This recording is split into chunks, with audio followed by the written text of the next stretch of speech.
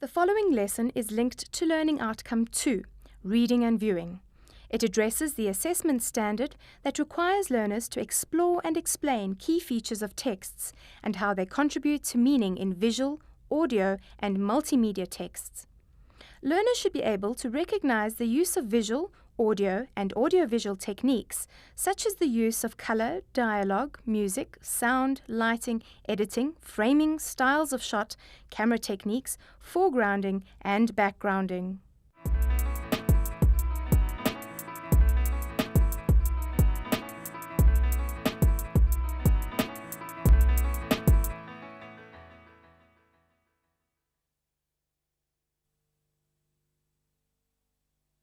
Hi, I'm Megan.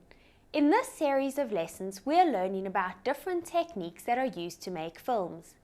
In today's lesson, we're going to be focusing on the different types of camera movements and the effects that these create.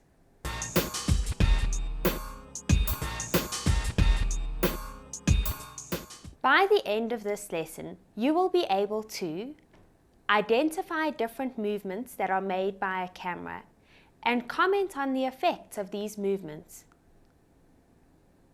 The first camera movement that we are going to look at is known as panning. When a camera pans, it can remain on its tripod or be held while the cinematographer stands still but moves the camera from side to side. Here is an example where panning is used. So when the camera pans, it moves from side to side like this. And what you see now is the effect that is created. The tripod doesn't move, but the camera moves from side to side. Here's a definition of panning. Panning is a horizontal left and right camera movement mounted on a fixed point. Now I've already mentioned that when the camera pans, it moves from side to side. So can you think of some examples where a director would choose to use a panning shot? Here are a few examples to look at. In these shots, panning enables viewers to observe what is going on as if they were standing to one side and watching the action. The panning examples that we've looked at so far happen at the same sort of speed as if you were tilting your head from side to side whilst watching someone walk past. Sometimes, however, panning occurs a lot faster than this. Here is a clip that uses a swish pan. Note the dramatic sense of movement that it creates. When a director wants to convey the idea of a car speeding past, a swish pan is used. In a swish pan, the camera is moved rapidly from side to side. Here's a definition. In a swish pan, the camera pans rapidly from side to side. When a swish pan is used, the shot happens so quickly that a blurring effect is created. This gives a sensation of movement. So a swish pan is the same as a pan in that the camera is moved from left to right. But in the case of a swish pan, this movement is much faster. Here's the next type of movement we're going to look at. It is like the pan in that the camera can remain on its tripod, but now the camera is tilted up and down. Here's a definition of a tilt. A tilt is when the camera moves up and down vertically from a fixed position. Here you can see the camera tilting. As you can see, it's moving up and down. Can you think of examples where a director might choose to use shots like this? Well, here are a few to watch. A tilt may be used to emphasize the height of buildings or characters, or just to give a different artistic visual or fresh perspective. We've already looked at panning, where the camera moves from right to left, and at a tilt shot, where the camera moves up and down. So it follows that the next shot we're going to look at is a roll, where the camera is rotated on an axis, like this. Here's a definition of a roll. In a roll, The camera rolls and rotates from a fixed axis. Now, when I showed you examples of a tilt and pan shot, I explained that these shots would be the same as if you watched the action moving your head either up or down or left or right. But when you look at roll shots, what you see is something you're not accustomed to seeing. So far, we have shown you a range of camera movements that can be made using a handheld camera or a camera that is fixed on a tripod. But not all shots are filmed with the cinematographer holding the camera or placing it on a tripod. Think about car chases in films. A cameraman couldn't be expected to run alongside a car holding a camera. Here is a clip that shows someone walking. How do you think this was filmed? This type of shot is known as a tracking or dolly shot. To film shots like these, the camera is placed on a small trolley and this is pushed along tracks.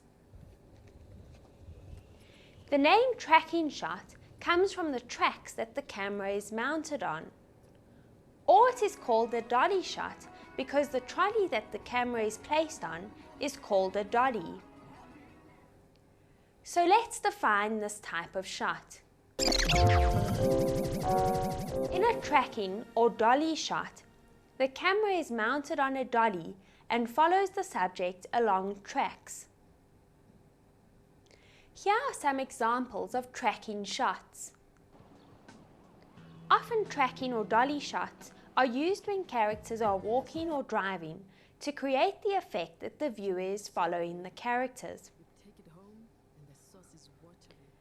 So if tracks or a dolly are used to film tracking shots, how do you think a cinematographer films high-angle shots? Well, sometimes the cinematographer is able to climb up on top of something such as a building or a tree to film what is going on below. When films are being made that require sweeping overhead shots of the landscape below, a helicopter may be used to fly over the area and film a bird's eye view.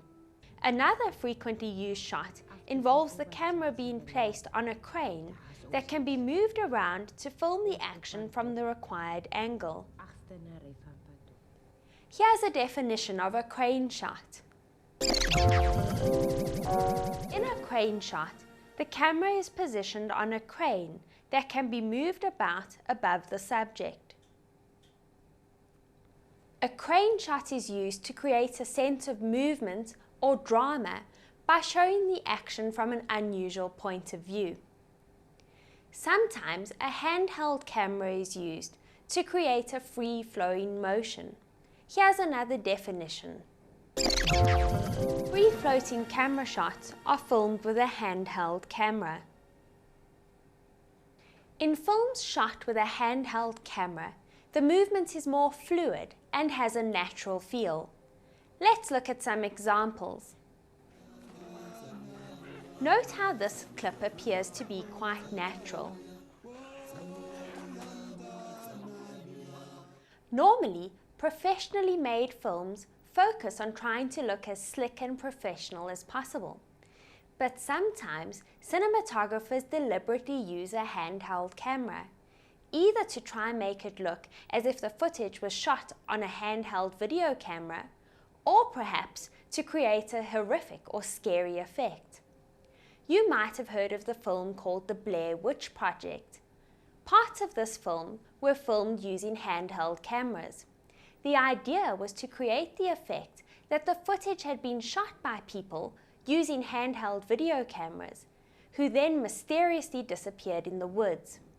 Here are some more examples of handheld camera footage. What effect has been created by the free-floating shot that is used here? I hope watching these clips has inspired you to try and make your own film if you're lucky enough to have access to a home video camera. But for now, it's time for today's task.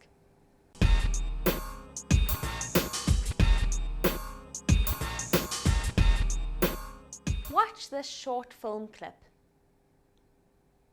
Identify the different camera movements that have been used in this sequence. Comment on the effects that these have created.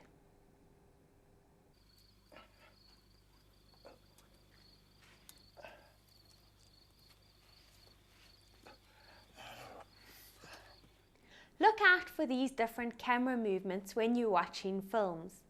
You can even try telling your parents you're not just watching TV, you're actually practicing your visual literacy skills. Goodbye.